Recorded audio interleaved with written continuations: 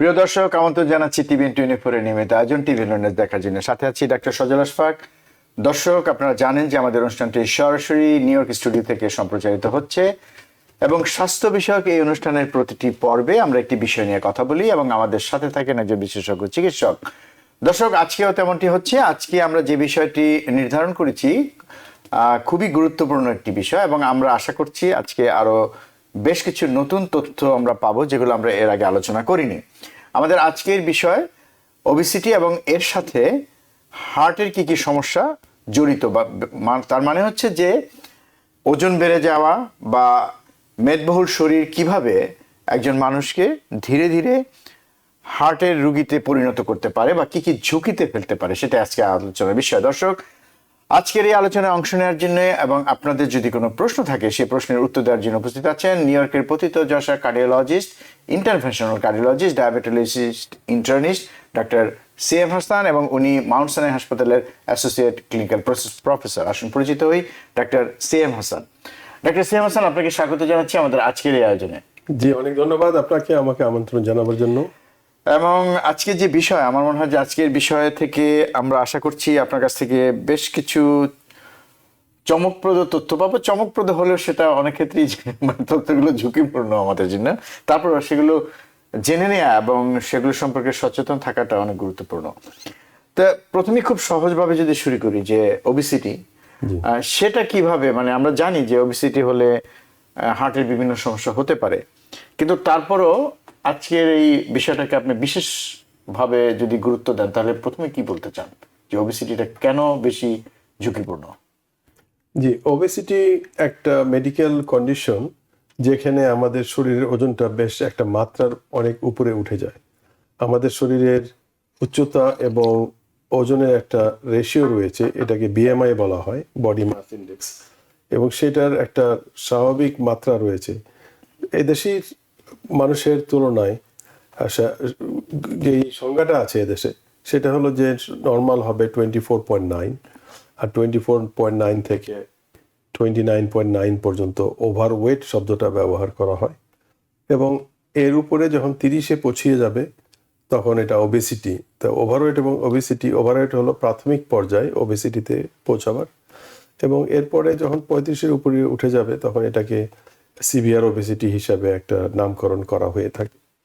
তো এদেশে আমরা প্রবাসী যারা আছি তাদের মধ্যে এখন এই রোগের প্রাদুর্ভাব ব্যাপকভাবে দেখা যায়, বিশেষ করে প্রাচুর্যের কারণে বা আমাদের যে ব্যায়াম বিষয়ক বা শারীরিক পরিশ্রম করার ব্যাপারে যে একটা অনীহা রয়ে গিয়েছে, এই কারণে আমাদের শরীরের ওজন বাড়ছে।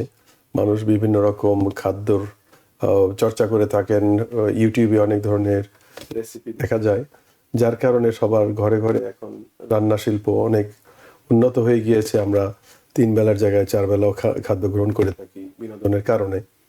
তো এই বিনোদনের যে একটা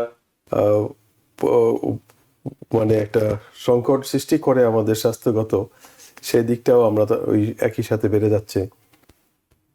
আমরা ব্যাপকভাবে ডায়াবেটিস, কোলেস্টেরল, ট্রাইগ্লিসারাইড এবং ফ্যাটি লিভার এই সমস্ত রোগে আক্রান্ত হচ্ছি। তো এদেশে যারা গবেষক রয়েছেন তারা এখন আমাদের দিকে বিশেষ নজর দিয়েছেন, কারণ বাংলাদেশিদেরকে এখন আইডেন্টিফাই করা হয় মার্কিন যুক্তরাষ্ট্রে সর্বোচ্চ হৃদরোগে আক্রান্ত জাতি হিসাবে। একদম আমাদের দেশের নাম উল্লেখ করেই এই বর্ণনা করা হচ্ছে। তো এর ফলে আমাদেরকে দেখানো হচ্ছে যে সাউথ এশিয়ান পপুলেশনের, সাদা পপুলেশনের তুলনায় বা লোকাল US পপুলেশনের তুলনায় 4 গুণ বেশি হৃদরোগে আক্রান্ত হচ্ছে। পাকিস্তানিরা 3 গুণ বেশি, ভারতীয়রা, শ্রীলঙ্কান এবং নেপালিরা 2 গুণ বেশি হৃদরোগ এবং স্ট্রোক রোগে আক্রান্ত হচ্ছেন।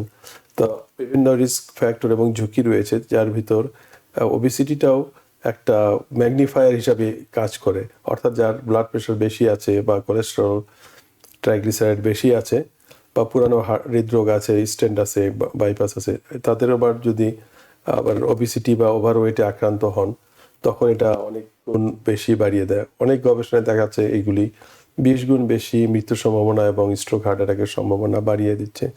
তা আমরা হয়তো ট্যাবলেট লেখার মাধ্যমে অথবা অ্যানজিওগ্রামের মাধ্যমে, স্টেন্ট বসানোর মাধ্যমে অনেক সময় আশ্বস্ত হই যে না, এবার এই যাত্রা বাঁচা গেল হৃদরোগ থেকে, কিন্তু এই সমস্ত ভয়ঙ্কর ঝুঁকিগুলি যদি আমরা রিভার্স করার দিকে নজর না দেই তো পরবর্তীতে আমাদের এই ওষুধ লেখার মাধ্যমে যে চিকিৎসাতে আমরা অভ্যস্ত বা মানসিকভাবে আমরা অভ্যস্ত হয়ে পড়েছি, সেটাতে কোনো কাজ হবে না আসলে। আমরা অকালে বিভিন্ন হার্ট ফেলিওর এবং হৃদরোগের যে কমপ্লিকেশন সেগুলিতে আক্রান্ত হচ্ছি। ওবেসিটির যে সংজ্ঞাটা এদেশিরা ব্যবহার করে রাখছেন, আমি যে মাত্রাটা যেটা বললেন যে বিএমআই দিয়ে যেটা আসলে পরিমাপ করা হচ্ছে, সেটা আমাদের বেলায় আবার অন্যভাবে দেখা হচ্ছে। যে ইন্ডিয়ান পপুলেশন বলতে আমরা বোঝাচ্ছি যে আমাদের বেলায় এদেশি যাদের 30 বিএমআই, আমাদের বেলায় সেটা 22 বিএমআই এর সমান। অর্থাৎ তার মানে কি, তার মানে বিষয়টা হচ্ছে যে মানে মানে বিএমআই থেকে যে নাম্বারটা আমরা পাচ্ছি এবং তা থেকে আমরা যে ঝুঁকিটাকে আমরা নির্ণয় করছি, জি, সেটার মানে মানে জাতিগত কারণে আমাদের ক্ষেত্রে, শুধুমাত্র জাতিগত কারণে সেটা সেই সংজ্ঞাটা পরিবর্তন হয়ে যাচ্ছে, সংজ্ঞার পরিবর্তন হচ্ছে। আমরা 22 মানে নরমালটা আপনি যেটা বললেন যে আপনি একটু আগে বললেন যে 24.9 হলে ওভারওয়েট বলা হচ্ছে, তাই না? 25 হলে ওভার। আচ্ছা, ঠিক আছে। তো এই দেশিদের ক্ষেত্রে বা হোয়াইট পিপলদের ক্ষেত্রে যেটা 30 হলে তারা যেটুকু রিস্কে থাকবে, মানে আমাদের ক্ষেত্রে সেটা 22-তে আমরা সেই রিস্কে থাকছি। জি, সেটা হলো এদেশের গবেষণা। মানে তার মানে হচ্ছে যে আমাদের ক্ষেত্রে ফ্যাটটা আরো কমাতে হবে, আমাদের বেলায় ফ্যাট কমাতে হবে। তবে এখানে যে ফ্যাটের যে সংজ্ঞাটা রয়েছে, এর মধ্যে আবার লিন বডি মাস নামে একটা শব্দ আছে, যে আমাদের ওজনটাই একমাত্র মানে বিশ্লেষণ না, এর ভিতরে কি পরিমাণ মাসেল আছে এবং কি পরিমাণ চর্বি আছে সেটা।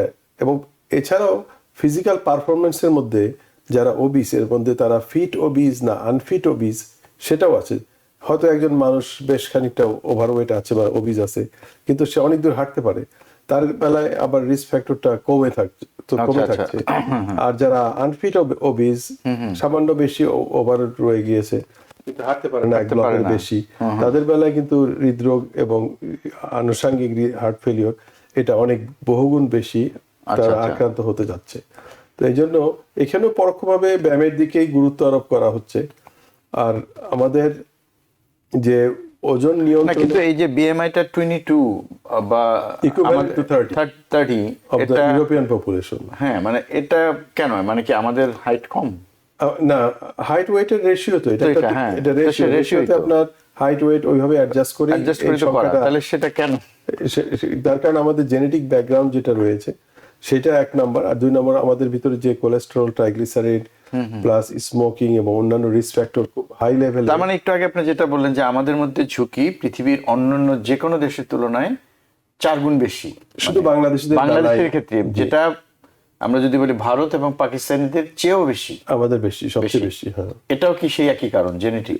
এটাও জেনেটিক কারণ এবং এর সাথে মানে আমরা উত্তরাধিকার সূত্রে এই সমস্যা নিয়ে পৃথিবীতে এসেছি। আমরা এসেছি এভাবে। এবং এর ভিতরে আরেকটা রয়েছে যে আমাদের হয়তো আচরণগত কিছুটা ব্যাপার আছে, যে আমরা খুব সহজে নড়ানড়ি করতে চাই না, বা মানে সেটা আরো বেশি সহযোগিতা করছে আরো খারাপ হতে। জি, এবং এইখানে আমরা প্রাচুর্যের ভিতরে পড়ে গিয়েছি এদেশে আসার পর। সেটা বললেন, খাবার দাবারের বিষয়ে আমরা বেশি আগ্রহী এখন। জি, এখন আমাদের খাবার বিষয়ে ব্যাপক আগ্রহ, এবং সেই সাথে মানে আপনি বললেন যে বিভিন্ন চ্যানেলে ভালো ভালো খাবারের কারণে আরো 3 বারের জায়গায় 4 বার খাচ্ছি। আরেকটা জিনিস আমরা প্রায়শই শুনি যে শরীরের বিভিন্ন জায়গায় তো চর্বি জমে, আমরা বলেন যে ওয়েস্ট সার্কামফারেন্স তো একটা ফ্যাক্টর। তো সেক্ষেত্রেও তো সেটাও তো এক ধরনের হৃদরোগের ঝুঁকি সহ, আমরা যদি বলি মেটাবলিক সিনড্রোম বা ওগুলিরও তো একটা ঝুঁকি নির্দেশ করে, তাই না? তো সেক্ষেত্রে ওয়াই অ্যাবডোমিনাল ফ্যাট? যে অ্যাবডোমিনাল ফ্যাট, তার আগে একটু বলে নিই যে অ্যাবডোমিনাল ফ্যাটটা মাপার যে অ্যাবডোমিনাল যে সার্কামফারেন্স আছে, যা পরিধি, সেটা ছেলেদের বেলায় 42 বা মেয়েদের বেলায় 40 এরকম একটা সংখ্যা ব্যবহার করা হয়। অনেকে এটা মাপার সময় ঠিক কোমরে যে প্যান্টের যে বেল্টটা ওইটাকেই ধরে রাখেন, কিন্তু আসলে এই মাপের সময় খেয়াল করতে হবে যে পেটের সর্বোচ্চ যেই জায়গাতে আপনার সর্বোচ্চ যে মেজারমেন্টটা, সেটা মানে যে জায়গাটা সবচেয়ে বেশি পরিধি, যে জায়গাটা নাভির বরাবর, যেটা নাভি বরাবর, সেটাই হলো আপনার, সেটার মাধ্যমেই আসলে আমাদের পরবর্তী পদক্ষেপ নেওয়ার কথা আর কি। স্বাস্থ্য মানে অনেকে হয়তো মাপেন যে বিলো দ্য বেল্টের নিচে একটু বেল্ট 36 রয়ে গিয়েছে বছর পর বছর, তার উপরে তো চর্বি জমে, উল্টা পেট ঝুলে পড়ছে। সেই ঝুলা অবস্থার সর্বোচ্চ যে ডায়ামিটারটা, পরিধিটা আছে, পেরিমিটার, সেটা আপনার সার্কামফারেন্স বলা যায়। সেটাই হলো আপনার ডিসিশন মেকার।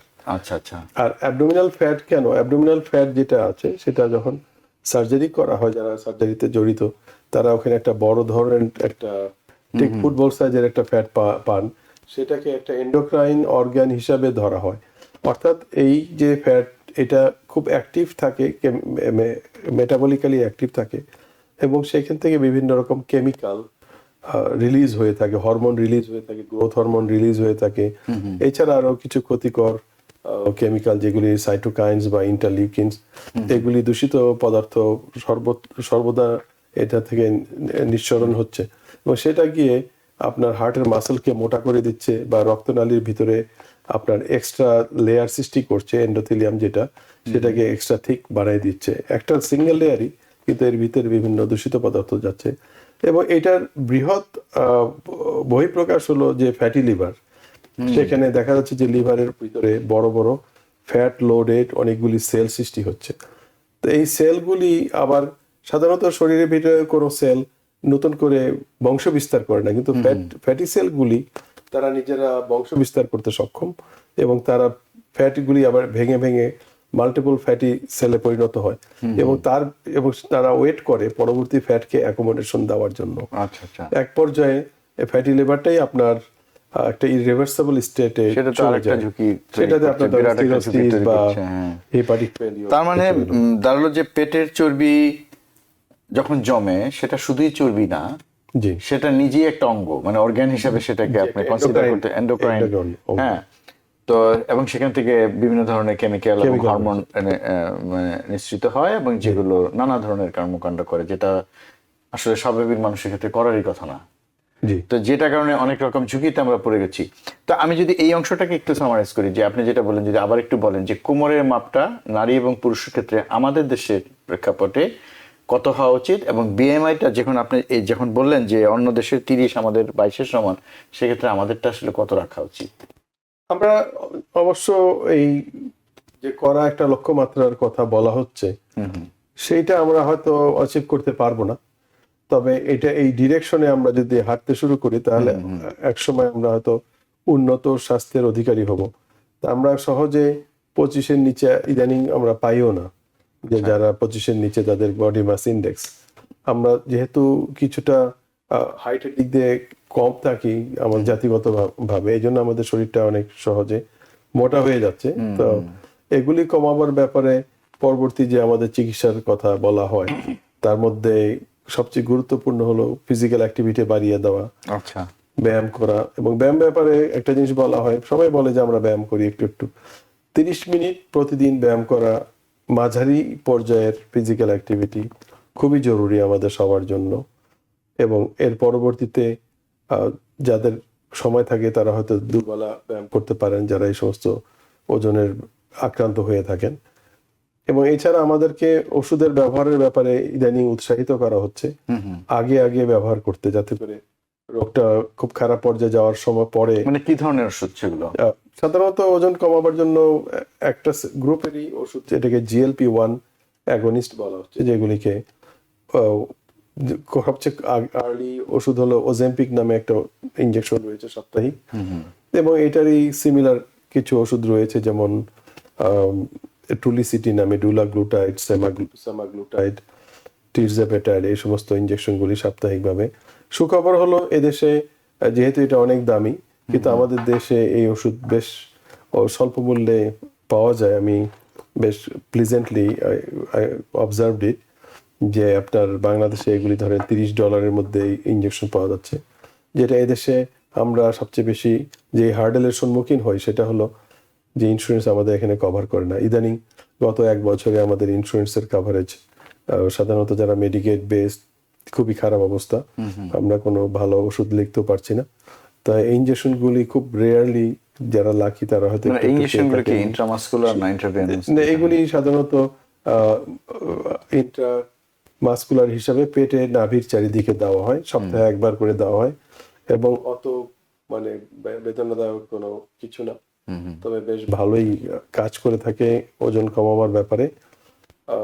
একটা পার্সেন্টেজের পপুলেশন রয়েছে, ধরেন 20%-এর ক্ষেত্রে কিন্তু এটা ওজন কমায় না, কেন কমায় না এটা এখনো গবেষণা সাপেক্ষ। আচ্ছা আচ্ছা। কিন্তু 80% ক্ষেত্রে এই ইনজেকশনে মানুষের ওজন বেশ কিছুটা কমতে দেখা যায়। সাধারণত 20 পাউন্ড থেকে 40 পাউন্ড পর্যন্ত আমার অভিজ্ঞতায় আমি দেখি।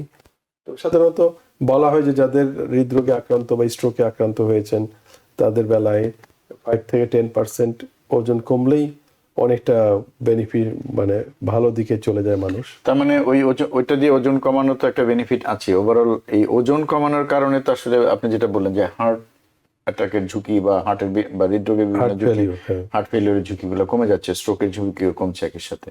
তো এটা কিন্তু ঠিক যে আপনি যেটা বললেন যে 20% ক্ষেত্রে হয়তো কাজ করে না, বাকিদের ক্ষেত্রে কিন্তু মানে আমি যেটা আপনি নিশ্চয় ভালো দেখেছেন যে খুব ভিজিবল, মানে তাদের ওজন কমাটা কিন্তু চোখে পড়ার মতো, মানে ওজন কমেছে যে এটা কিন্তু খুব, মানে তাদেরকে চেনা যায় না, নতুন মানুষ মনে হয়। তো স্বভাবতই প্রশ্ন আসে এরকম একটা, আমার কাছে অনেক সময় মনে হয় যে এটা একটা ম্যাজিক ড্রাগের মতো। তো এটার কি কোনো মানে সাইড এফেক্ট বা এরকম সম্পর্কে কিছু যদি একটু বলেন। জি জি, এটা সাইড এফেক্ট হলো যে আপনি বলেন একটা মানুষকে নতুন মানুষের মতো লাগছে, অনেক সময় তাদের মধ্যে একটা বার্ধক্যের ছাপের মতো আসে, অথবা মাসল কমে যায়। হ্যাঁ। তো ওইটাকে বলা হয় সার্কোপেনিয়া, বা মাসলের পরিমাণটা কমে যায়। তো যারা ওজেম্পিক নিচ্ছেন বা সিমিলার ওষুধে নিচ্ছেন তাদের বেলায় ব্যায়াম করে মাসেলগুলিকে সেভ করা যায়। আচ্ছা, তাহলে আপনার যে বডি ফ্যাটটা আরো বেটার, মানে মাসেলের স্ট্রেংথটা থাকবে তাহলে। আর আমার যেটা আমি পার্সোনালাইজ ভাবে অনেক সময় বলি যে সপ্তাহে না নিয়ে হয়তো 2 সপ্তাহে একবার নিলেন, এবং এক পর্যায়ে আপনি নিজেই সেটা ডোজটা নিয়ন্ত্রণ করলেন, যে মাসে হয়তো একবার নিলেন, যে আপনার ওজন আর একটু স্লোলি আপনি কমাতে চাচ্ছেন, সেক্ষেত্রে আপনার মাসেলটা আপনি ব্যায়াম করে কিছুটা কমালেন। 50-50 কন্ট্রিবিউশন হলো, ইনজেকশনের মাধ্যমে কিছুটা, ব্যায়ামের মাধ্যমে কিছুটা। সো কতদিন চালাতে হবে, মানে ওজন তো একটা মানে ধরেন একটা লেভেল তো সে অ্যাচিভ করতে চাইবে যে আমার ওজনটা এখানে আসুক, তারপরে কি করবে? লক্ষ্যমাত্রা সহজে অর্জন হয় না আমাদের। যদি টার্গেট থেকে 40 পাউন্ড কমানো, সাধারণত 20 পাউন্ড কমাবার পরে মোটামুটি ওই মানুষ ওই লেভেলেই থেকে যায়, এরপরে আর কমে না। যদিও ওষুধ ইনজেকশন চলছে, এবং এটাও রিকমেন্ড করা হয় যাতে করে ইনজেকশন বন্ধ না করে দেয়, নইলে আবার আগের মতো করে ওজন ফেরত আসার সম্ভাবনা থাকে। তবে সবার ক্ষেত্রে না, ধরেন শতকরা 30-40 ভাগ ক্ষেত্রে। আর এই অবস্থাতে মানুষ এক ধরনের বোধোদয় পেয়ে থাকে মনে মনে, যে হ্যাঁ ওজনটা অনেক বেশি ছিল এবং এটা একটা খারাপ জিনিস ছিল, এখন আমি একটু বেটার ফিল করতেছি। এই সমস্ত ক্ষেত্রে আপনার যে হাঁটাহাঁটিতে একটু সুবিধা, এটা অনেকে এনজয় করেন, তখন তারা অনেকটা স্বাস্থ্য সচেতন ভাবে, আপনি যেটা বললেন নতুন মানুষ চেহারা এবং মনের মননশীলতার দিক দিয়েও তারা একটু নতুন ভাবে চিন্তা করে যে না, আমি ইনজেকশনটা দিয়ে অনেক ভালো ফিল করতেছি। হ্যাঁ সেটাই, মানে এই যে মনোভাবের পরিবর্তন এবং নিজে নিজে অনুভব করা যে আমি আগের চেয়ে অনেক ভালো আছি, তখন যদি মানে আপনার কি সাজেশন যে তখন যদি আবার আপনার যেটা সবসময় বলেন, যেটা তারা অনেক সময় শোনে না, যেমন খাদ্যাভ্যাস পরিবর্তন, ব্যায়ামের দিকে মানে ব্যায়ামের দিকে একটু আগ্রহী হওয়া এবং অন্যান্য আরো কর্মকাণ্ড যেগুলো বলা হয়, তো সেগুলো যদি করে তাহলে কি আস্তে আস্তে এই ওষুধের প্রতি নির্ভরশীলতা কমিয়ে আনা সম্ভব? অবশ্যই কমে আনা সম্ভব। তবে আমার ডিরেকশন সাধারণত, যেহেতু আমরা একটু গুরুতর হৃদরোগীদের নিয়ে ডিল করি, তাদের বেলায় আবার 10 পাউন্ড ওজন গেইন করাটা একটা মারাত্মক ঝুঁকিপূর্ণ একটা আচরণ হবে। এই জন্য আমরা সবসময় বলি যে আপনারা এটা চালিয়ে যান, ও ইনজেকশন চালাতেই হবে। আর সাধারণত যাদের হৃদরোগ নাই, শুধুমাত্র ওবেসিটি, তারা না বন্ধ করলে তাদের যেই ফেরত আসার সম্ভাবনা, পরবর্তীতে আবার সেই লক্ষ্যমাত্রা অর্জন করাটা কিন্তু বেশ খানিকটা কষ্টকর হয়ে যায়। আরেকটা জিনিস হলো যে আপনাদের ওবেসিটি যে সমস্ত রোগী আছেন যাদের মাত্র 10 পাউন্ড ওজন যদি গেইন করেন, তাদের 6 টাইমস মোর স্লিপ অ্যাপনিয়া হয়। স্লিপ অ্যাপনিয়া বলতে বোঝায় যে আপনি ঘুমের ভিতরে প্রপারলি নিঃশ্বাস নিচ্ছেন না, যার ফলে আপনার অক্সিজেন লেভেল কমে যাচ্ছে, শরীরের ভিতরে এমার্জেন্সি হরমোন রিলিজ হচ্ছে, এবং সেই হরমোনগুলি আবার শরীরের মধ্যে তখন ওজন বাড়াবার জন্য চেষ্টা করছে আর কি। পরবর্তীতে এই সমস্ত মানুষ রাতে বেলা ঘুমান না, দিনের বেলা স্লিপি অবস্থায় হাঁটাহাঁটি করেন এবং অনেক বেশি খাদ্য গ্রহণ করে থাকেন, তখন তাদের ভিতরে কিন্তু ওবেসিটিটা আরো বেশি বেড়ে যায়। এখন একটা আরেকটাকে এনহ্যান্স করছে, যে ওজন বাড়ানোর কারণে স্লিপ অ্যাপনিয়া হচ্ছে, স্লিপ অ্যাপনিয়ার কারণে ওজন বাড়ছে। তার মানে তারা দিনের বেলা অনেক পরিমাণে মানে সেটাই, মানে ওজন বাড়ার কারণে স্লিপ অ্যাপনিয়া হচ্ছে, ঘুমের সমস্যা হচ্ছে, এবং সারাদিন ঝিমুচ্ছে এবং বেশি বেশি খাচ্ছে, আবার ওজনও বাড়ছে। জি, মানে এটা তো আর একটা মানে নতুন একটা সমস্যার মধ্যে পড়ে যাচ্ছে।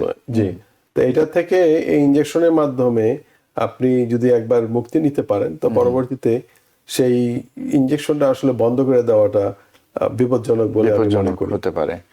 আচ্ছা, তো আরেকটা জিনিস, পুরোনো কথায় যদি আবার একটু বলেন যে ওবেসিটি আসলে শুধু হার্টের তো সমস্যা না, আর কি কি ঝুঁকি তৈরি করে আমাদের শরীরে? জি, ওবেসিটিকে ম্যাগনিফায়ার হিসেবে ধরা হয়, যে আপনার অলরেডি যাদের ঝুঁকি রয়েছে সেই ঝুঁকিগুলিকে অনেক বেশি দূর এগিয়ে নিয়ে যায়। যেমন কোলেস্ট্রল বেশি, ট্রাইগ্লিসারাইড বেশি, ডায়াবেটিস বেশি, এর মধ্যে আবার যদি ওবেসিটি হয় তা পুরো সবগুলি রিস্ক ফ্যাক্টরকে আপনার ইন্ডিভিজুয়ালি 10-20 গুণ বেশি বাড়িয়ে দিচ্ছে। এটা কিন্তু 10-20% না, 10-20 গুণ। তার মানে আমরা দেখতেছি যে হাসপাতালের ভিতরে একদল বাঙালি রোগী বসে আছে, অথবা অনেক সময় শুনি যে বেলভিউ হাসপাতালের শতকরা 50% বাইপাসের রোগী হলো বাঙালি। তা এটা একটা দুঃখজনক জিনিস যে সারা বিশ্ব থেকে যত আসছে তার অর্ধেক হলো আমাদের দেশি লোক বাইপাস। সেটাই, মানে আর এমন না যে এই শহরের বেশিরভাগ মানুষই আমরা, জি, জনসংখ্যার দিক থেকে তো তাই না। সেই ক্ষেত্রে আমাদের যে নিরীহ ভাবে আমরা যে হঠাৎ করে প্রাচুর্যের মধ্যখানে পড়ে গেলাম, এবং যার ফলে নির্বিচারে খাদ্য গ্রহণ, এবং এই ফলশ্রুতিতে আমরা কিন্তু বিভিন্ন এমার্জেন্সি রুমের মধ্যে ভিড় করছি হৃদরোগ নিয়ে। তা এখন এটার থেকে রেহাই পাওয়ার জন্য যে সচেতনতা, সেটা হয়তো আমাদের ধীরে ধীরে হবে, কোনো এক সময় আসবে। সেটাই। জি, কিন্তু এই ওবেসিটির কারণে তো মানে শুধু যে হৃদরোগ তাই না, মানে আমরা অনেক সময় তো কিছু ক্যান্সারের কথা ক্যান্সার, শুনি। জি হ্যাঁ, ক্যান্সারের ভিতরে বলা যেতে পারে ব্রেস্ট ক্যান্সার সবচেয়ে কমন রিলেশনশিপ আছে মেয়েদের বেলায়। ব্রেস্ট ক্যান্সার অনেক বেশি হচ্ছে, এরপরে কোলন ক্যান্সার আছে, অনেকে বলে কিডনি ক্যান্সার বা লিভারের ক্যান্সার, ফ্যাটি লিভার থেকে সিরোসিস অফ লিভার হয়ে আবার লিভার ক্যান্সার, যেটা ওইটা একটা ওয়ান ওয়ে রাস্তার মতো। প্রথমে নর্মাল লিভার, তারপরে ফ্যাটি লিভার, তারপরে কি বলে প্রিসিরোটিক স্টেজ। এই তিনটা পর্যন্ত কিন্তু আবার ব্যাক টু নর্মালে আসা যায়। যখন আপনি সিরোটিক ফেজে গেলেন তখন আর আসা যাবে না, তারপরে আপনার লিভার ক্যান্সার হওয়ার সম্ভাবনা ব্যাপকভাবে বেড়ে গেল। তার মানে মানে বোঝা যাচ্ছে যে ওবেসিটি কে কেন্দ্র করে মানে কিন্তু অনেকগুলো সমস্যা কিন্তু আমাকে আঁকড়ে ধরছে, জি, এবং তা থেকে অনেক সময় বেরিয়ে আসাটা কঠিন। এবং আমরা জানি যে ওবেসিটির একটা লেভেল আছে, একটা পর্যায়ে গেলে সেটা অনেক সময় ব্যায়াম ট্যাম করেও আসলে কমানোটা কঠিন হয়ে যায়। জি, এবং আপনি যেটা প্রথম থেকেই বলছেন একটা কথা, যে আমাদের খাদ্যাভ্যাস এবং যেসব খাবারের প্রতি আমাদের বিশেষ আগ্রহ এবং আমাদের ব্যায়ামের প্রতি ঠিক ততই অনাগ্রহ মিলিয়ে কিন্তু আমরা ক্রমশ সেই ঝুঁকির মধ্যেই আছি এবং সেদিকেই থাকছি ক্রমান্বয়ে। তো আপনি কিছু ওষুধের কথা বলেছেন, খুবই ভালো যে এই ওষুধগুলি যদি ব্যবহার করা যায় তাহলে তো আসলে খুব সহজে জিনিসটাকে একটা নিয়ন্ত্রণে আনা সম্ভব, একটা সুবিধাজনক অবস্থায় আসা সম্ভব হতে পারে এবং ঝুঁকিগুলো কমানো সম্ভব হতে পারে। আমরা সার্জারির কথা শুনি অনেক সময়, এবং সার্জারির কথা শুনলে তো স্বাভাবিকভাবে মানুষ যেন একটু ভয় পায় যে একটু ওজন কমাবো সেটার জন্য সার্জারি, তো স্বাভাবিকভাবেই তো একটা আতঙ্কের বিষয় থাকে। তো এই বিষয়টা কি সম্পর্কে কোনো নতুন কোনো অগ্রগতি আছে কিনা? জি, এ ব্যাপারে বেশ খানিকটা অগ্রগতি হয়েছে। সার্জারিটা এখন আর পেট কাটা লাগছে না, এখানে আপনার ল্যাপারোস্কোপিক মানে অর্থাৎ পেটের ভিতর ছিদ্র করে ছোট ছোট টিউব ঢুকায়, মানে অনেকটা কি সেই গল ব্লাডারের ল্যাপারোস্কোপি, সেটা আমাদের কমিউনিটির লোকজন জানে। জি, সো এই দুইটা আমরা গ্যাস্ট্রিক স্লিভ এবং ROUXNY টাইপের সার্জারি, যেগুলি খুব অল্প সময়ের মধ্যে করা যায় জি, এবং বেশ খানিকটা ওজন কমাতে পারে। সেক্ষেত্রে আপনার অনেকে বলছে 30%, অনেকে বলছে 50% পর্যন্ত আপনি ওজন কমাতে পারবেন এই ধরনের সার্জারির মাধ্যমে। এবং এই ব্যারিয়াট্রিক সার্জারিগুলিকে সবচেয়ে সেফেস্ট সার্জারি হিসেবে দেখা হয়, যে আপনার ঝুঁকি অপারেশন করার সময় হৃদরোগে আক্রান্ত হওয়ার বা স্ট্রোকে যাওয়ার, কার্ডিয়াক অ্যারেস্ট হওয়ার সম্ভাবনা সবচেয়ে কম। তো এই সার্জারিতে কেন ওজন কমবে, মানে ঘটনাটা কি ঘটে ভিতরে? এখানে আপনার অনেক সময় স্টোমাকের সাইজ ছোট করে দেওয়া হয়, যার ফলে খাওয়ার সাথে সাথে আপনার স্টোমাকের ওয়ালের মধ্যে সামান্য যখন একটু ডিস্টেনশন হয় তখন সিগন্যাল চলে যায় ভ্যাগাস নার্ভের মাধ্যমে মগজে যে হ্যাঁ, যে আমরা পেট ফুলে ভর্তি হয়ে গিয়েছে, তখন আর খাওয়ার প্রতি আগ্রহ চলে যায়, মানে খাবার পরিমাণ কমে যায়। তখন খাওয়ার পরিমাণ, তাতে কি ম্যালনিউট্রিশন হওয়ার ঝুঁকি থাকে? না, যেহেতু আমাদের শরীরের মধ্যে অনেক বেশি পরিমাণে ক্যালোরি অলরেডি রয়ে গিয়েছে, আচ্ছা আচ্ছা, সেই কারণে আর আপনার সেটা তখন অ্যাপ্রোপ্রিয়েট অ্যামাউন্টেই নিউট্রিশন আমাদের শরীরে যাচ্ছে। এছাড়াও যারা সার্জারি করছেন পরবর্তীতে তাদের সেই সমস্ত রোগীদেরকে বেশ পর্যবেক্ষণের ভিতরে রাখা হয়, যাদের ধরেন ভিটামিন ডেফিসিয়েন্সি বা আয়রন ডেফিসিয়েন্সি, এইগুলি সাপ্লিমেন্ট দিয়ে তাদেরকে মোটামুটি কন্ট্রোলের ভিতরে মনিটরিং এর ভিতরেই তাদের আচ্ছা, আরেকটা মানে আমি জানি না এটা মানে উত্তরটা কিভাবে দিবেন, মানে স্টমাকের সাইজটা কতটুকু কমাবো সেটাও তো আসলে সার্জন রোগীর অবস্থা বিবেচনা করে নির্ধারণ করবেন, তাই তো? জি, সেটা রোগীর সাথে ওনারা ডিসকাশন করেন। সাধারণত আচ্ছা। ব্যারিয়াট্রিক সার্জারির জন্য যখন অ্যাপয়েন্টমেন্ট করা হয় তখন 4টা সেশন থাকে সার্জারি করার আগে, কমপক্ষে 4টা, অনেক সময় 5টা সেশন থাকে। এর মধ্যে প্রাথমিক পর্যায়ে নিউট্রিশনিস্ট, ডায়েটিশিয়ান এরা আসে, অনেক সময় সাইকিয়াট্রিস্ট আসে, অনেক সময় এক্সারসাইজ ফিজিওলজিস্ট আসে, বলে যে আপনি এইভাবে খাওয়া দাওয়া করেন, এইভাবে একটু ব্যায়াম করেন। সবগুলি যখন দেখা যায় যে রোগী এগুলো করার পরেও আর পারছে না, যে তাদের আসলে ওজন কিছুই কমছে না, কারণ একটা ক্রিটিক্যাল পর্যায়ে আপনার বিএমআই যখন 35 পৌঁছায় যায় জি। তখন আপনার এটা আপনার কন্ট্রোলের ভিতরে নাই। আসলে সাধারণত কোনো মানুষ ওখান থেকে না মানে আর ফেরত আসতে পারে না। মানে তার মানে হচ্ছে যেটা বলছিলাম যে বিএমআই 35 হয়ে গেলে তখন আসলে ওজন কমানোটা খুবই কঠিন হয়ে যায়। ইনজেকশনের মাধ্যমে, ব্যায়াম অথবা ডায়েটিং এর মাধ্যমে কমানো, এটা একটা অসম্ভব লেভেলে আচ্ছা। চলে যায়। তখনই আপনার সার্জারিতে সার্জারিতে যেতে হচ্ছে। আচ্ছা আচ্ছা। এবং সার্জারির সবচেয়ে বড় বেনিফিট হলো যে আপনার অনেক পরিমাণে ওষুধ খেতেন, যে ওষুধের ডায়াবেটিসের কারণে বা অন্যান্য কোলেস্টেরলের কারণে ইনসুলিন নেওয়া লাগতো, এগুলি সব কিন্তু ব্যাপকভাবে আপনার কমে যায়, ওষুধের পরিমাণ সাংঘাতিকভাবে হ্রাস পায়। এবং অন্যান্য বেনিফিট রয়েছে আপনার ব্যারিয়াট্রিক সার্জারির, যেমন মানুষের মানসিক অবস্থান, ডিপ্রেশন অনেকখানি কমে যায়, মাইগ্রেনের অ্যাটাক কমে যায়, আর্থ্রাইটিস কমে যায়, স্লিপ অ্যাপনিয়া কমে যায়, হার্ট ফেলিওর, হার্ট অ্যাটাক এগুলি অনেকটা কমে যায়। এবং লংজিভিটি অনেক সময় বলা হয় 90% মানুষ দীর্ঘজীবী হয় এই সমস্ত ক্ষেত্রে। পায়ের মধ্যে এই সার্জারিতে যে মানে স্টমাক কি মানে মানে একদম মানে একটা অংশ কেটে ফেলে দেয়, নাকি আমরা একসময় শুনতাম যে ফোল্ড করে বা কিছু, মানে এরকম কি এটা বিষয় আছে? অনেকগুলি ভ্যারাইটি আছে। আচ্ছা আচ্ছা। এটা আসলে সার্জিক্যাল ডাক্তাররা আরো একটু ডিটেলস বলতে পারবেন। তবে নন ইনভেসিভ একটা আছে ইদানিং, সেটা হলো যে গ্যাস্ট্রিক বেলুন, একটা পিং পং বলের মতো একটা ছোট বেলুন স্টোমাকের ভিতরে ঢুকিয়ে দেওয়া হয়, এবং সেটার কারণেও মোটামুটি মানুষ ওজন লস করে।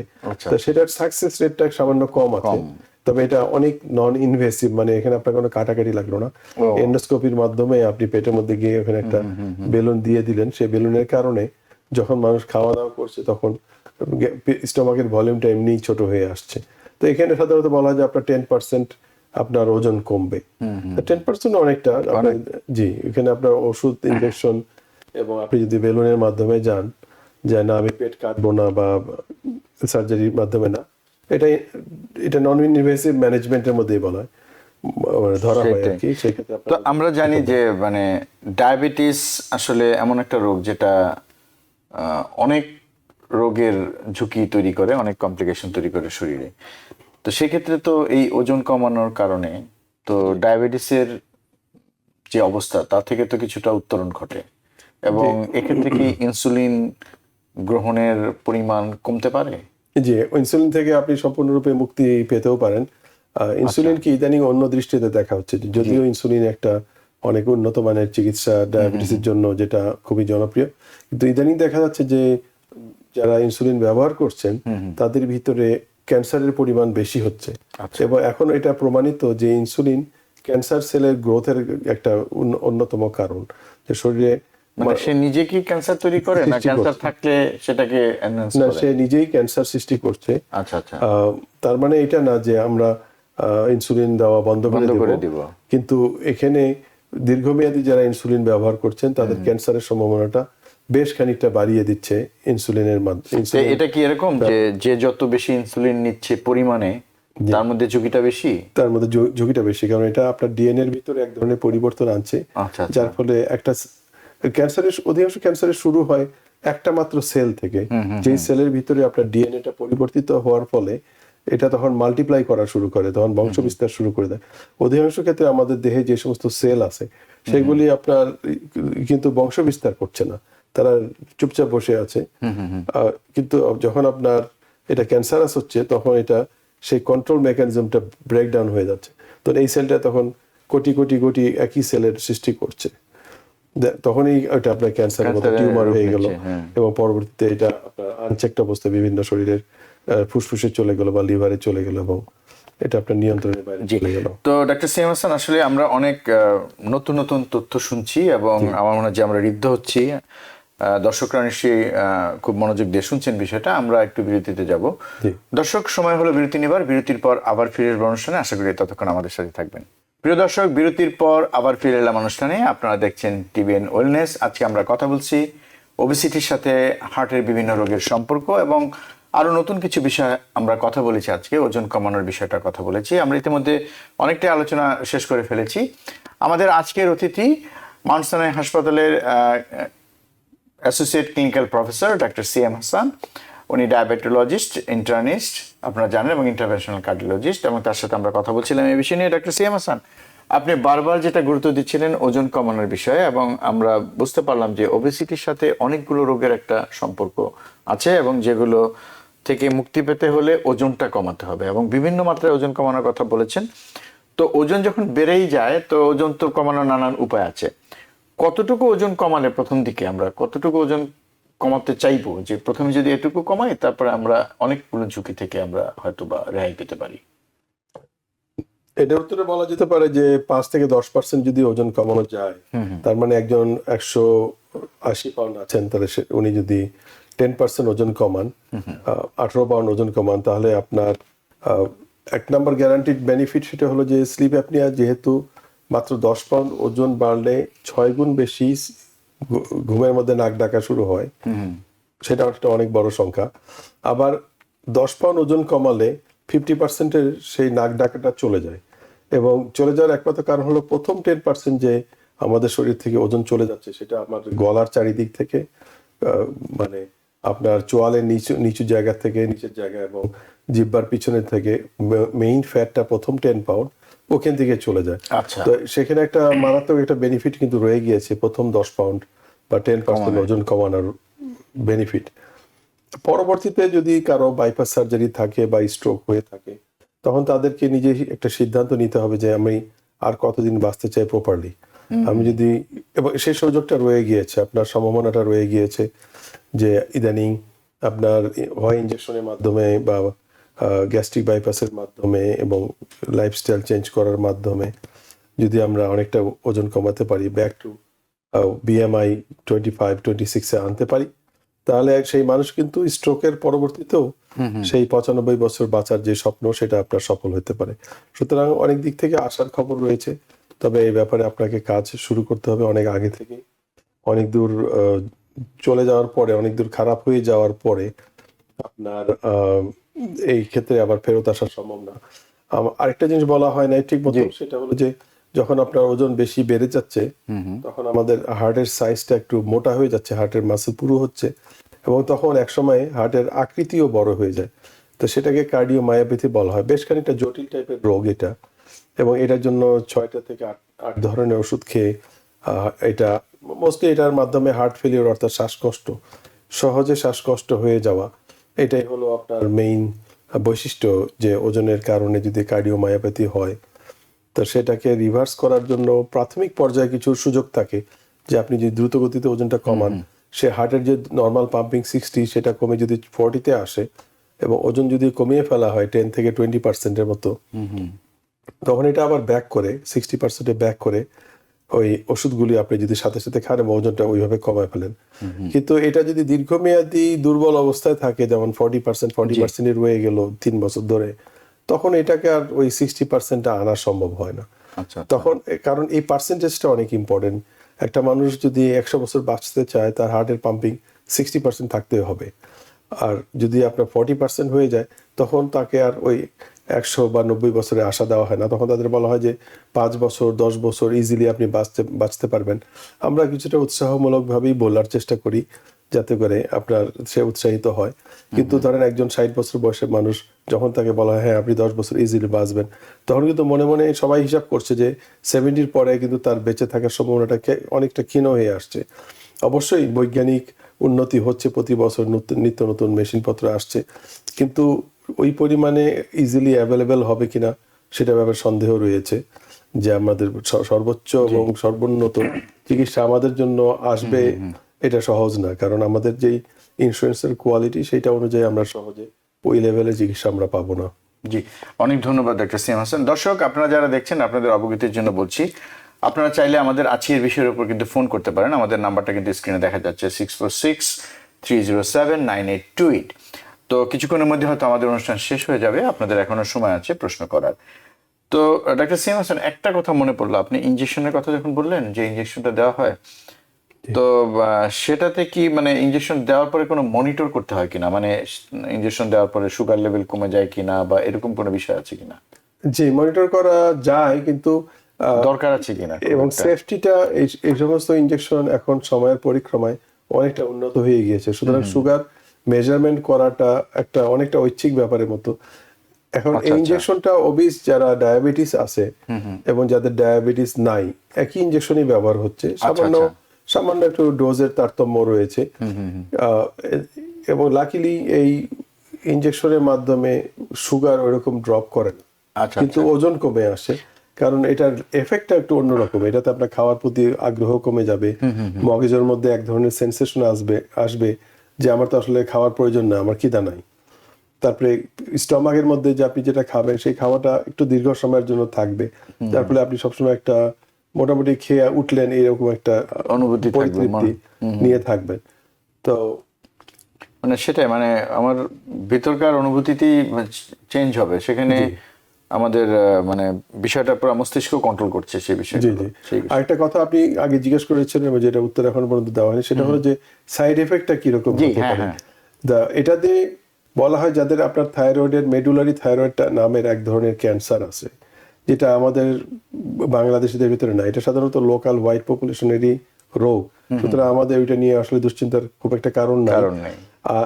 সেইটা আর এটার মাধ্যমে কি কোনো ক্যান্সার হয় কি হয় না, সর্বশেষ যে পরিসংখ্যান দেখা গিয়েছে যে এই ইনজেকশনের মাধ্যমে কোনো রকম ক্যান্সারের সম্ভাবনা বাড়ে। এটা এই ওষুধটা কত বছর ধরে মানে পুরোদমে চালু হয়েছে? ধরেন 3 বছর 4 বছর, অ্যাকচুয়ালি 5 বছরের মতো হয়ে গিয়েছে। স্টাডি তো চলছে নিশ্চয়ই প্রতিনিয়ত, তাই না? প্রতিনিয়ত, জি। আচ্ছা, তো আমরা আবার আলোচনা আসবো। আমাদের সাথে একজন দর্শক যোগ দিয়েছেন আমাদের সাথে, দেখি কে আছেন। হ্যালো দর্শক, কে আছেন? পরিচয় দিয়ে প্রশ্ন করুন। আমি আলী সিদ্দিকী। জি বলুন। আমি একটু হাসান সাহেবের কাছে একটা প্রশ্ন রাখতাম। প্রশ্নটা হলো যে আমার অগাস্টে কার্ডিয়াক অ্যারেস্ট হয়েছে। কার্ডিয়াক অ্যারেস্ট হওয়ার পরে আমার এখন পেসমেকার বসানো হয়েছে। এখন আমার এই ওয়েটটা বেড়ে গেল হঠাৎ করে। সজল ভাই, আমি মনোমানচিত্রের সম্পাদক আলী সিদ্দিকী। জি। আমার একটা কার্ডিয়াক অ্যারেস্ট হয়েছে অগাস্টের 11 তারিখ। জি। আমি ফার্স্ট আউট হয়ে গেছিলাম। আমাকে হেলিকপ্টারে লিফট করে নিয়ে জেফারসন হসপিটালে নিয়ে গিয়েছিল। হ্যাঁ, আমার সার্জারি করেছে, একদম কমা হয়েছে। হ্যাঁ ঠিক আছে, বলুন, শুনতে পাচ্ছি। হ্যাঁ, তো আমার কার্ডিয়াক অ্যারেস্ট ওইটা আমার সার্জারি করা হয়েছে। সার্জারি করে ওনারা আমার কোনো ব্লক পায়নি, সেজন্য আমাকে ওপেন হার্ট করেনি, আমাকে পেসমেকার ডিফিব্রিলেটর বসিয়ে দিয়েছে। এখন এরপর আমার একটু ওয়েট কমে গেছিল, কিন্তু গত কিছুদিন ধরে আমার ওয়েট হঠাৎ করে বেড়ে যাচ্ছে।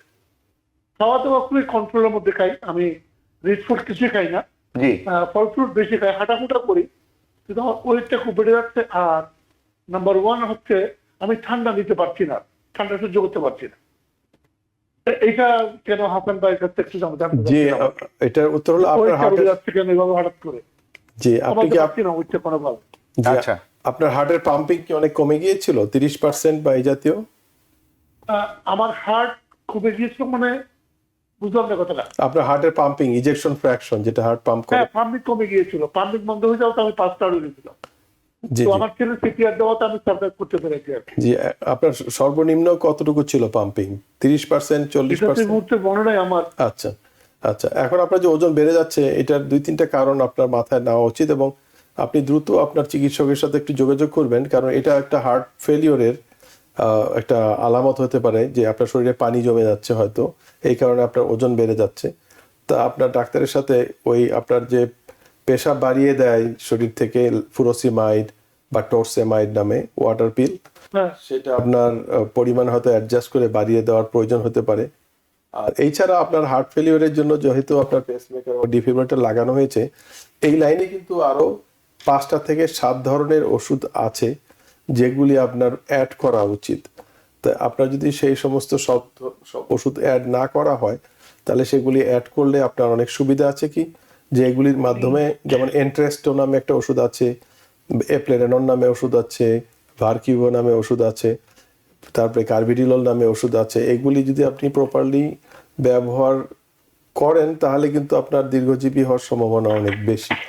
আপনি যেগুলো বলেছেন সব ওষুধগুলো আমি ইউজ করছি, সব জি, ওষুধগুলো আমাকে দেওয়া জি, হয়েছে। এবার আপনি এগুলি ইচ্ছা করলে আপনার ডাক্তারের সাথে আলোচনা করে বলুন। আপনি ইচ্ছা করলে প্রশ্ন করতে পারেন, অনেক সময় আমরা হয়তো প্রশ্ন করি না, বিদেশি ডাক্তার দেখলে আপনি বলতে পারেন যে এগুলা কেন আমি পাচ্ছি না, মানে যদি যুক্তিযুক্ত কারণ থাকে তাহলে তো ভালোই। তা আপনার আমার মনে হয় দ্রুত দেখা উচিত, যেহেতু আপনার ওজন বেড়ে যাওয়াটা কিন্তু আসলে আমার মনে হয় না এটা খাদ্য গ্রহণের কারণে, এটা হয়তো হার্ট ফেলিয়ারের কারণে আপনার শরীরের মধ্যে পানি জমছে, সেই কারণে আপনার ওজন বেশি। জি, অনেক ধন্যবাদ দর্শক আপনার এই মূল্যবান প্রশ্নের জন্য। আমার মনে হয় যে আপনি মোটামুটি একটা দিক নির্দেশনা পেয়ে গেছেন। তো ডাক্তার সিম হাসান, আমরা আলোচনায় আবার ফিরছি। আপনি সাইড এফেক্টের কথা বলছিলেন জি, এবং আমরা ইনজেকশনের ব্যাপারটা শুনলাম। তো এখন ওষুধপত্রের কথা আমরা আলোচনা করলাম, ব্যায়ামের কথা করলাম, সার্জারি আলোচনা করলাম, কিন্তু তারপরেও যে আমরা আসলে এই প্রশ্নটা আমি করেছি এই কারণে যে আমরা বেশিরভাগ ক্ষেত্রেই দেখি যে ডায়াবেটিস রোগীদের ক্ষেত্রে এই ওষুধটা দেওয়া হয়। তার মানে অনেকে হয়তো ধারণা করেন যে এটা ডায়াবেটিস নিয়ন্ত্রণ করবে, কিন্তু সরাসরি তো ডায়াবেটিস নিয়ন্ত্রণ করছে না। ওজন কমলে ডায়াবেটিস রোগীরা কিছু একটা বেনিফিট পাবে, সেই বেনিফিটটা সে পাচ্ছে, বা কিছু ঝুঁকি থেকে আগাম উনি একটা পরিত্রাণ পাওয়ার সুযোগ আছে। তো সেটাই কথা, অনেকে ভাবেন যে হয়তো এটা এটা খাচ্ছি কিন্তু আমার ডায়াবেটিস তো কন্ট্রোল হচ্ছে না। কিন্তু ডায়াবেটিস কন্ট্রোলের জন্য তো আলাদা চিকিৎসা, সেটাকে তার মেনে চলতে হবে। তাই তো সেই জন্য আমি প্রশ্নটা করলাম, যে এটা অক্সিলারি হিসেবে হিসেবে কাজ করছে। যাই হোক, তো ওভারঅল এই যে মানে আমরা যেটা শুরুতে আলোচনা করি, সাধারণত আমরা উল্টো দিক থেকে শুরু করেছি। তো এই যে ওবিসিটি, ওজন বেড়ে যাওয়া, এগুলোর কারণে তো অনেকগুলো বিষয় আমরা আলোচনা করলাম এবং হার্টের ঝুঁকির কথা আলোচনা করলাম। তারপর যদি আপনি একটু মানে পুরো বিষয়টাকে একটু সামারাইজ করেন যে একটা ওবেসিটি হলে কি কি ধরনের ঝুঁকিগুলি বেড়ে যাচ্ছে, সেখানে স্ট্রোকের ঝুঁকি বা হার্ট অ্যাটাকের ঝুঁকি সহ, আপনি বললেন যে ফ্যাটি লিভার খুবই মারাত্মক একটি বিষয়, সেগুলো, এবং স্লিপ অ্যাপনিয়া, আবার স্লিপ অ্যাপনিয়া ওজন বাড়িয়ে দিচ্ছে। কাজে আমাদের অনুষ্ঠানটা যারা পুরোটা দেখবে তারা তো বুঝতেই পারবে। তারপর যদি আপনি একটু শেষ ভাগে একটা সামারাইজ করেন জিনিস। এর মধ্যে আমরা যেটা বলা হয়নি সেটাও একটু বলা উচিত, হ্যাঁ, সেটা হলো যে আমাদের খাদ্যাভ্যাসের মধ্যে আমরা অনেক বেশি মিষ্টি জাতীয় জিনিস খেয়ে থাকি। জি। সেইটার দিকে আমার মনে হয় সবার আগে ফার্স্ট সেটার দিকে আমাদের নজর দিতে হবে। বিভিন্ন রকম এটা আপনি সবসময় বলেন, সেই জন্য আমি প্রশ্নটা করিনি। তারপর আপনি আবারও আমাদের খাদ্যাভ্যাসের কথা আপনি বারবার বলেন জি। এবং ব্যায়ামের প্রতি অনাগ্রহের কথা বলেন। আপনি এই দুটোও আপনি একটু গুরুত্ব দিয়ে বলুন। জি, এখানে আমরা যদি জ্যাকসন হাইটসে যাতায়াত করি, যে আমরা দুজনেই যাই, সেখানে আমরা কিন্তু মিষ্টির দোকানে থরে থরে সাজানো মিষ্টি, এবং যারা মিষ্টি বিক্রি করছেন তাদের একটা নিরীহভাবে তারা দৃষ্টি দিয়ে আমাদের তাকিয়ে আছেন যে এটা যদি বিক্রি হতো তাহলে তো ভালোই হতো, এবং খাওয়ার একটা মজা। এইটার যে একটা দীর্ঘমেয়াদী কুফল আমরা বহন করব, হয়তো সংসারের সবচেয়ে বড় মানুষটা, সবচেয়ে অর্থ উপার্জনকারী মানুষটা যে গুরুতর অসুস্থ হয়ে যাবে এটার মাধ্যমে, এটা কিন্তু ওই মুহূর্তে আমাদের কারো মাথার ভিতরে থাকে না। তো এটার প্রতি আমি সবার দৃষ্টি আকর্ষণ করব। আর এছাড়া আমাদের যে ইয়াং জেনারেশন যারা আছে 15 থেকে 20 বা 12 থেকে 20 বছর বয়সের, আমরা ইদানিং দেখি অনেক অনেক পরিমাণে ওবেসিটি আলা বাচ্চারা ঘুরে বেড়াচ্ছে বিভিন্ন অনুষ্ঠানে, আমরা দেখছি তাদেরকে। তাদের চিকিৎসা তাদের পেডিয়াট্রিশিয়ান করবে, কিন্তু সেখানে পিতামাতার যে রোলটা রয়েছে, যে খাদ্য নিয়ন্ত্রণ এবং খেলাধুলার প্রতি তাদের উৎসাহ দেওয়া, সেই ব্যাপারে, কারণ ওরাই কিন্তু পরবর্তীতে আর্লি ডায়াবেটিসের রোগী হবে। 21 বছর বয়সে ডায়াবেটিস, টাইপ 2 ডায়াবেটিস, অর্থাৎ জন্ম থেকে তাদের ইনসুলিনের প্রয়োজন ছিল না, 21 বছর বয়সে ডায়াবেটিসের জন্য এখন 8-9 রকমের ট্যাবলেট খাচ্ছে, এরকম রোগী আমরা কিন্তু প্রায় পেয়ে থাকি। তো এটা একটা দুঃখজনক যে আমরা হয়তো নিয়ন্ত্রণহীন। সেটাই, মানে এই মানে নতুন জেনারেশনে যারা আপনি যাদেরকে বললেন টিনেজার, এদের যখন ওজনটা বেড়ে যায় অনেক বেশি, তখন তো তারা সেই ওজন নিয়ে খেলাধুলায় অংশগ্রহণ করতে পারে না। যে কষ্ট হয়ে যায়, প্রপারলি পারে না, কষ্ট হয়ে যায় আসলে। কিন্তু তাদের মধ্যে ওই অ্যাওয়ারনেসটা নাই, কারণ তারা ধরেন একজন পেডিয়াট্রিশিয়ানের কাছে যখন যাচ্ছে, সেখানে কিন্তু এই আলোচনাটার কোনো সামারি আসলে নাই। সেখানে ধরেন একটু ওজন বেশি হয়েছে, খাওয়া দাওয়া ওয়াচ করো, এর ভিতরে কিন্তু সব শেষ হয়ে গেল। তারাই যখন 25 থেকে 30 বছর বয়সের মানুষে পরিণত হবে, তখন কিন্তু তারা বেশ বড় একটা দায়িত্ব, মানে একটা বোঝা বহন করে নিয়ে আসবে। সেটাই, তো তারা ঝুঁকি নিয়ে তারা কিন্তু মানে তাদের যৌবনে পদার্পণ করছে। জি, তো এখন তাদের তাদের জীবনযাত্রা, তাদের কর্মক্ষমতা এবং স্লিপ অ্যাপনিয়া হয়ে যাওয়ার সম্ভাবনা অনেক বেশি এবং আন্ডার ডায়াগনোসড অবস্থায় এই রোগগুলি আমাদের চারিদিকে রয়ে গিয়েছে। জি, তো ডাক্তার সিএম হাসান অনেক ধন্যবাদ। আমার মনে হয় যে অনেকগুলো গুরুত্বপূর্ণ তথ্য এবং যেসব বিষয়গুলো খুব বেশি আলোচনা করা হয় না, আমরা সেসব নতুন কিছু তথ্য আলোচনা করেছি এবং সবগুলোই মূল বিষয় হচ্ছে যে ওজন কমাতে হবে এবং ওবেসিটিটাকেই একটা বড় সমস্যা ধরে আজকে আমরা আলোচনা করেছি। তো আপনাকে অনেক ধন্যবাদ আমাদেরকে সময় দেওয়ার জন্য। আপনাকেও ধন্যবাদ। দর্শক, একটা কথা বলে রাখি অনুষ্ঠান শেষ করার আগে, আজকের এই অনুষ্ঠানের মাধ্যমে আমরা অনেকগুলো তথ্য দিয়েছি, নানা রকম ওষুধের তথ্য দিয়েছি এবং তার পার্শ্ব প্রতিক্রিয়া এবং সেগুলোর সুবিধা অসুবিধা সবকিছু বলেছি, সার্জারির কথা বলেছি এবং কোন ক্ষেত্রে সেটা প্রযোজ্য সেগুলো বলেছি। এগুলো আমরা আজকে আলোচনা করেছি আপনাদেরকে দিক নির্দেশনা দেওয়ার জন্য, কিন্তু এই বিষয়ে সঠিক সিদ্ধান্ত নেওয়ার জন্য যে কোনটি কার ক্ষেত্রে প্রযোজ্য, কোন ওষুধটি কার ক্ষেত্রে প্রযোজ্য, কোন সার্জারি কার ক্ষেত্রে প্রযোজ্য, কতটুকু প্রযোজ্য এবং পুরা চিকিৎসার বিষয়টা কিন্তু আপনার যিনি চিকিৎসক তিনি কিন্তু সেটা নির্ধারণ করবেন এবং এ বিষয়ে সিদ্ধান্ত কিন্তু তারটাই সর্বোচ্চ সিদ্ধান্ত হিসাবে গৃহীত হবে। কথাটি বলে রাখলাম যে এ কারণে কেন কোনো ভুল বোঝাবুঝির সৃষ্টি না হয়। তো দর্শক, আগামীতে আবার দেখা হবে অন্য কোনো বিষয় নিয়ে, আমরা চেষ্টা করব কথা বলতে এবং আশা করি আপনারা আমাদের সাথেই থাকবেন, TVN24 এর সাথেই থাকবেন। সবাই ভালো থাকবেন, সুস্থ থাকবেন। আল্লাহ হাফেজ।